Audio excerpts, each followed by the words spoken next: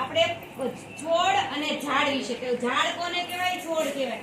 આને શું કહેવાય? છોડ. શું કહેવાય?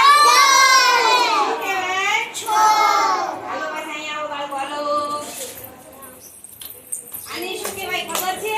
ઝાડ. શું કહેવાય? શું કહેવાય? પછી આને શું કહેવાય? છોડ. શું કહેવાય? પછી આમને શું કહેવાય? છોડ કહેવાય. શું કહેવાય? પછી આને શું કહેવાય?